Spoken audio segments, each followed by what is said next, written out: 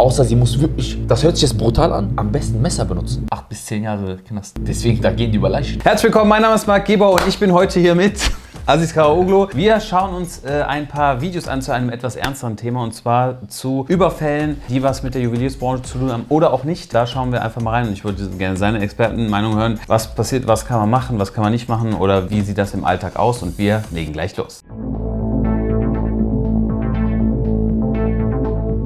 Bevor wir jetzt aber loslegen, ich kann es nur auf Englisch sagen, tatsächlich. Was wolltest du denn sagen auf Englisch? Ihr abonniert den Kanal. Und auf Englisch? Please make sure that you like and subscribe to this channel. Ja, ist doch, abonniert den Kanal, der reicht doch. Ja, okay. Ja, ist doch. Okay, was haben wir jetzt hier als erstes? Das ist ein Juwelier, glaube ich, aus London. Und er ist, glaube ich, alleine im Laden. Wir schauen einfach mal, was passiert. Ja. Bei den meisten Juwelieren ist ja so, die haben halt schon so eine Sicherheitstür. Ne? Das heißt, man kommt jetzt so da nicht rein. Eine Zwischentür. Ja. Ist das schon gut? Sehr gut, das ist sehr gut. Die Zwischentür, wo wir auch in Berlin waren, oder... Nee, aber ich meine jetzt, also das ist nur eine Tür jetzt, ne? Das meine ich ja, eine Zwischentür, wo er reingeht, wo die dann zuschließen muss. Genau, Schleuse, aber Schleuse hat er hier nicht. Das ist auch ein Problem, ja, wie gesagt. Ja, jetzt hier sehen wir direkt, es geht voll und ganz los. In so einer Situation jetzt, wenn wir solche Bilder sehen, das geht ja jetzt relativ schnell, ne? Ja. Also gibt es da irgendwas, wie man sich schützen kann, oder? Wie du gesagt hast, also die Schleuse wäre zum Beispiel eine Lösung gewesen oder halt ein Sicherheitsmann, der da stehen würde. Aber halt, wenn die jetzt bewaffnet sind und komplett entschlossen sind, ist es sehr schwierig. Okay. Aber es gibt auch Fälle, wo die Sicherheitsleute sich dann halt wirklich vehement wehren. Gibt's auch? Gibt's natürlich, das kann man auch auf vielen Videos sehen, wo die dann tatsächlich dann flüchten. Aber es kommt dann auch manchmal auch wirklich zu Schwerverletzten. Und wenn man jetzt, also ich meine, der ganze Überfall, also haben die Leute nicht Angst, dass jetzt von draußen jemand irgendwie kommt oder irgendwas, oder? Ich finde das halt jetzt hier, das sind zwar Profis, aber halt nicht so professionell, die hätten das auch ganz anders machen können, ihn halt nicht in dem Maße brutal anzugreifen, ihn einfach die Pistole in den Rücken halten und ihn einfach dazu bringen, dass er die Sachen aufmacht, ohne dass die Leute von außen darauf aufmerksam werden. Aber krass, guck mal, hier draußen laufen schon vorbei einfach. Ja, die werden das auch gleich, das Video habe ich mir schon mal angeschaut, werden auch aufmerksam, und da sammeln sich dann auch im Nachhinein Leute. Ne? Ah, okay. Davor? Gleich, ja klar. Ja, da ist schon einer. Das sieht man, okay. Der schreit dann und informiert auch andere Leute. Haben solche Leute denn keine Angst, dass die Polizei so schnell kommt, oder? Die haben ein Zeitlimit von maximal 3 bis 5 Minuten. Das rechnen die sich ein, und dann, wenn da die Zeit abgelaufen ist, dann gehen die raus. Außer jetzt aus Zufall wäre jetzt ein Polizeiauto da, und das ist dann halt Pech. Ah, okay. Aber die sind eigentlich schon gut vorbereitet. Aber er macht ja auch eigentlich jetzt hier unten, er kann auch nichts mehr machen, ne? Nein, der eine ist bewaffnet und... man sollte auch da nichts machen. Lieber liegen bleiben. Ja, er hat halt keinen Security-Mann da. Wenn da jetzt ein Security stehen würde, wäre es wieder ganz anders. Keine Sicherheitsschleuse, kein Security. Okay. Klar. Sogar am Ende des Videos mit dem Auto. Ach, das ist dasselbe, Ja, dasselbe. Die rammen gleich sogar ein Polizeiauto, ne? Kannst du mal nach vorne spulen? Die rammen knallhart ein Polizeiauto. Jetzt kommt. Nee. Ja, guck mal ja. Oha. Alter, was? Ja, auf so einen Raub. Für ein paar Uhren? Ja, einen Moment. Wenn die verhaftet werden, bewaffneter Raub ab 5 Jahre. Und in diesem Maße, die haben den Mann auch verletzt, getreten und so, also mindestens zwischen 8 und 10 Jahre. Boah, aber das Risiko steht doch in keinem Verhältnis. Wie viel haben die jetzt erbeutet? Das interessiert die nicht. Es geht denen jetzt darum, wenn ich erwischt werde, die haben den Mann getreten und bewaffnet, mindestens 8 bis 10 Jahre Knast. Okay.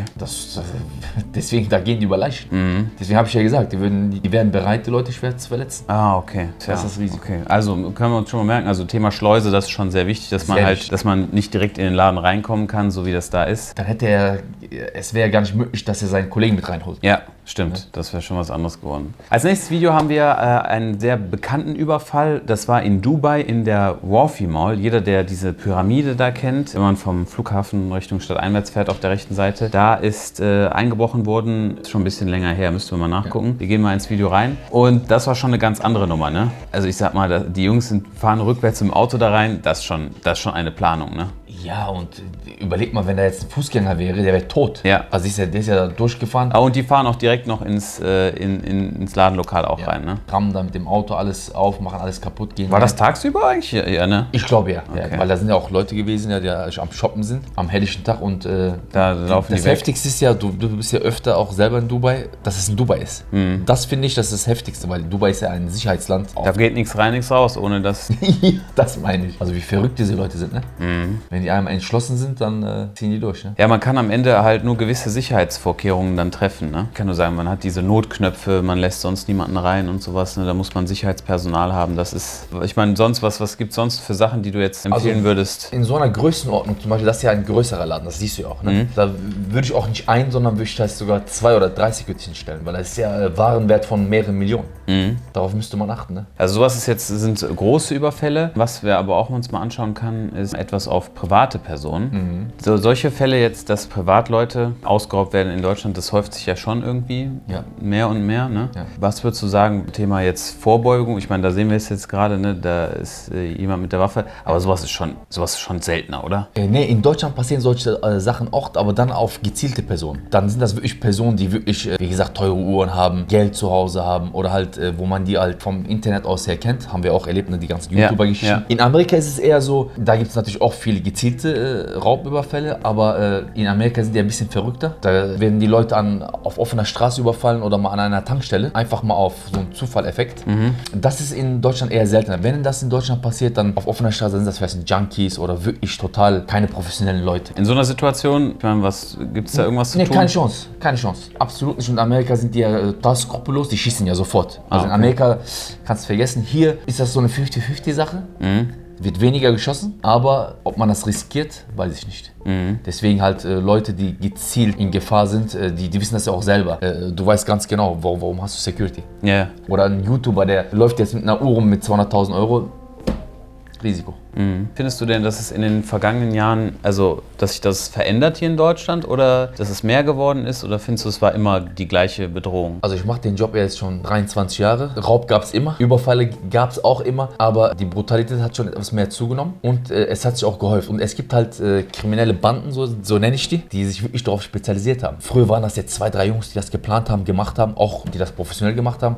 Aber mittlerweile gibt es wirklich schon richtig geplante Banden, die sich darauf spezialisiert haben und die, wie du das in Berlin gesehen hast zum Beispiel. Und das ist denen ja egal, ob das jetzt eine Privatperson ist oder ob ein Geldtransporter ist. Die machen halt diesen Job. Ne? Okay. Was würdest du jetzt einer Privatperson, sagen wir mal, raten allgemein? Also was ich sag mal, Pfefferspray ist eine gute Sache? Ist eine gute Sache, aber wenn einer wirklich bewaffnet kommt, das bringt's auch nichts. Bringt's auch nicht. Es ist genau derselbe Fall, wenn zum Beispiel eine Frau sagt, ich will mich jetzt abends vor einem Mann schützen. Wenn dieser Mann einigermaßen Sportler ist, ein kräftiger Mann, eigentlich hat die Frau keine Chance, muss man ehrlich sagen. Außer sie muss wirklich, das hört sich jetzt brutal an, am besten Messer benutzen. Wenn du einen Menschen mit einem Messer verletzt, dieser Mensch wird weglaufen oder Panik kriegen, wenn Blut fließt. Okay. Wenn eine Frau jetzt mit CS, ich habe mehrere Tests mir angeguckt, ich habe mir auch viele Videos angeschaut oder auch aus meiner Erfahrung aus. Ein CS-Gas kann helfen. Wäre nicht schlecht, wenn der das ins Auge bekommt, aber der Überraschungseffekt, wenn dieser Mann dich extrem schnell und professionell überrascht, dann hast du auch wenig Chancen. Ich glaube, das Wichtigste ist, dass man sich seiner Situation bewusst ist, wenn man viele Wertsachen dabei hat, aufmerksam ist und sowas. Ja, ne? Ja.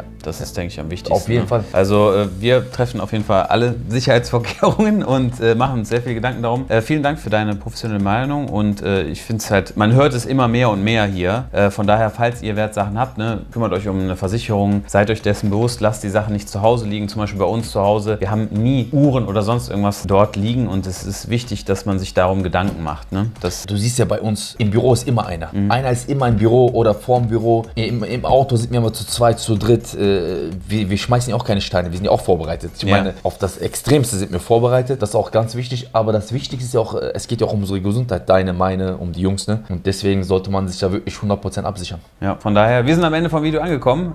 Falls es euch gefallen hat, lasst gerne ein Abo und ein Like da und schaut gerne bei Aziz vorbei. Unten in der Beschreibung ist alles verlinkt. Falls ihr auch Security braucht, könnt ihr euch jederzeit an ihn wenden. Und dann sehen wir uns das nächste Mal. Ciao.